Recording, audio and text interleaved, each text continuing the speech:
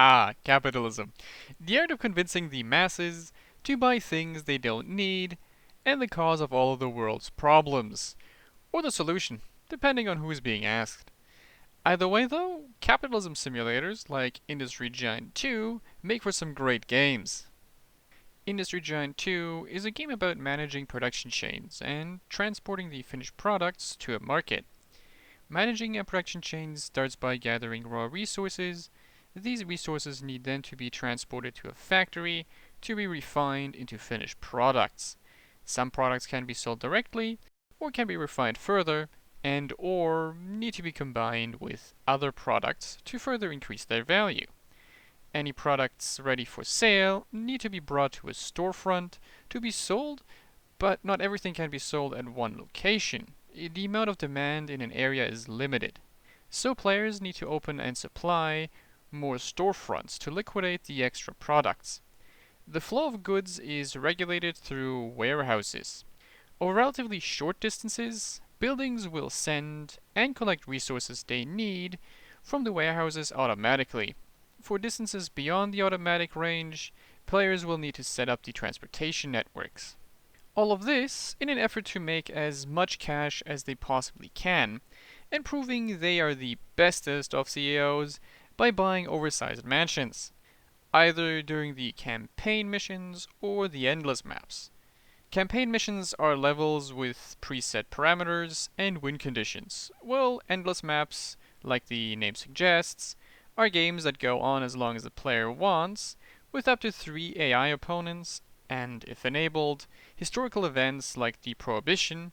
These events will fire and affect the demand of certain products. The time frame of the game is anywhere from the year 1900 to 2050, with the victory screen declaring the richest person the winner at the end of the year 2050, assuming the player did not already buy out the competition at an earlier date. So, by selecting whatever game mode feels the most appropriate, a player gets to start running their own company.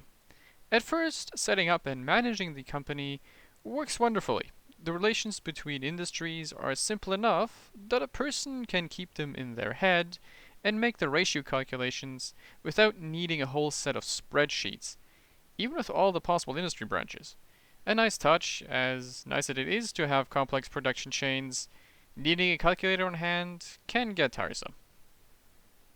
Finding a proper place to collect raw resources to start a production chain is simple.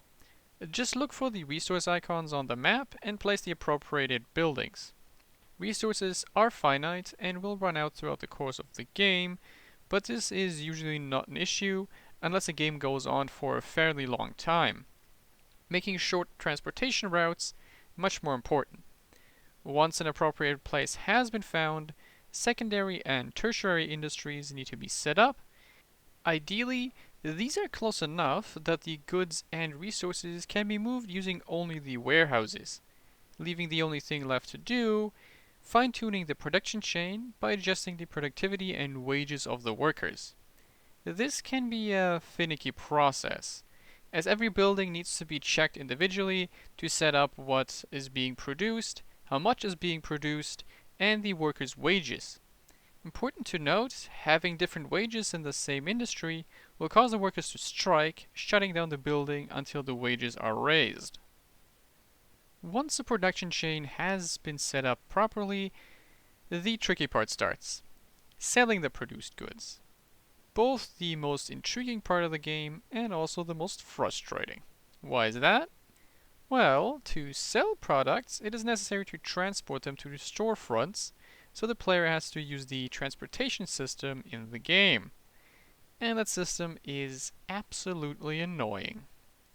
Let's start at the beginning. The player will need to place a store to sell the goods, and as long as a warehouse is close by, the store will sell the products in the warehouse. But there is a limit to the products that can be sold at a single location, depending on the demand for the product. Demand is affected by the population around the store, month of the year, and the price set by the player. Once the demand is met, any more products need to be transported away to other store locations to be sold. Goods are transported by setting up stations and sending vehicles loaded with the products between them. This can be done with trucks, trains, ships, and later on even airplanes and helicopters.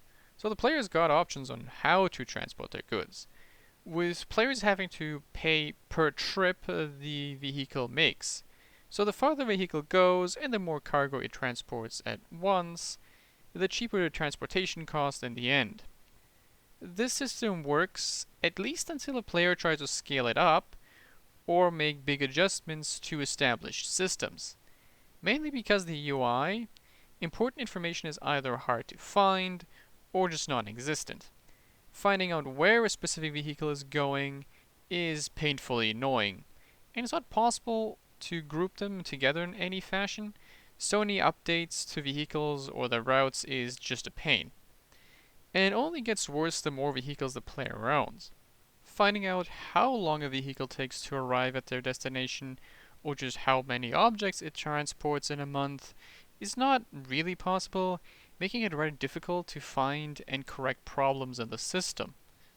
To be fair about this, the problem's not that big of an issue during the campaign missions, as they usually end fast enough that setting up things as just good enough will do. But scaling up things to ridiculous sizes is half the fun in these games, resulting in rather lackluster long-term engagement. Fortunately, figuring out how many objects can be sold at a location or adjusting the product prices is relatively quick, even if there's no one place to check all locations at once, but there's definitely way too many storefronts available. Place one of each and half the city will be gone. On the topic of long-term engagement, Industry Giant has no shortage of content. Between the campaigns, standalone scenarios, and the endless maps, there's a lot of content for players to get through, enough for theoretically dozens of hours of gameplay, even if the missions follow more or less the same formula of make a bunch of money using only the set of permitted industries in a limited amount of time. Calling this a fault of the game, however, would be a bit unfair, as it's more of a limitation of the genre as a whole, and higher difficulties can pose a decent challenge, even to veterans of the genre, at least some of the time, because the higher difficulties can feel artificially harder than they actually are.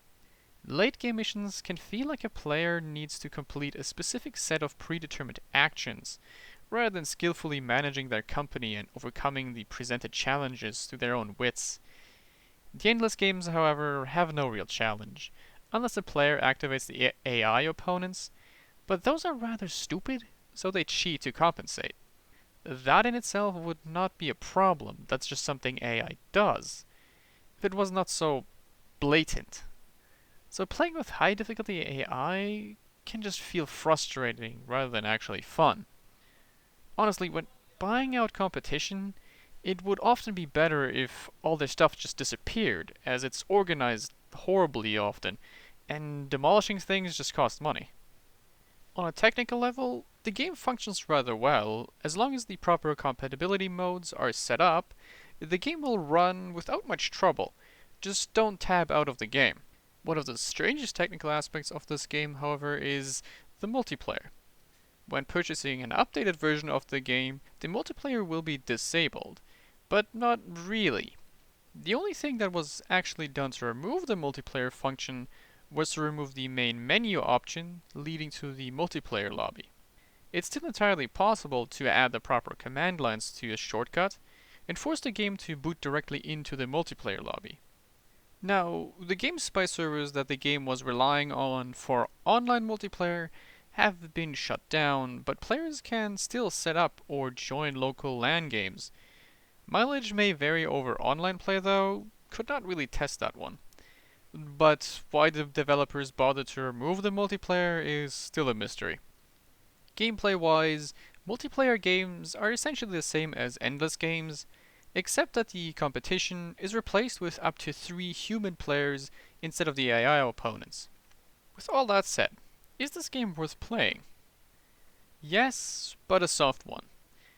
The main problem here is the transportation system and the user interface. They're both annoying enough to keep the game from being interesting in any long-term fashion, and for some reason the ambient noise level is tied to the zoom level and can't be controlled in the options. Sounds like a nitpick, but boy is this annoying if the game is not muted. Despite that though, coming back to this game to mess around, make a bunch of money, and then buying a castle half the size of a city every once in a while is worth it. Because the sales and production mechanics of this game are well done.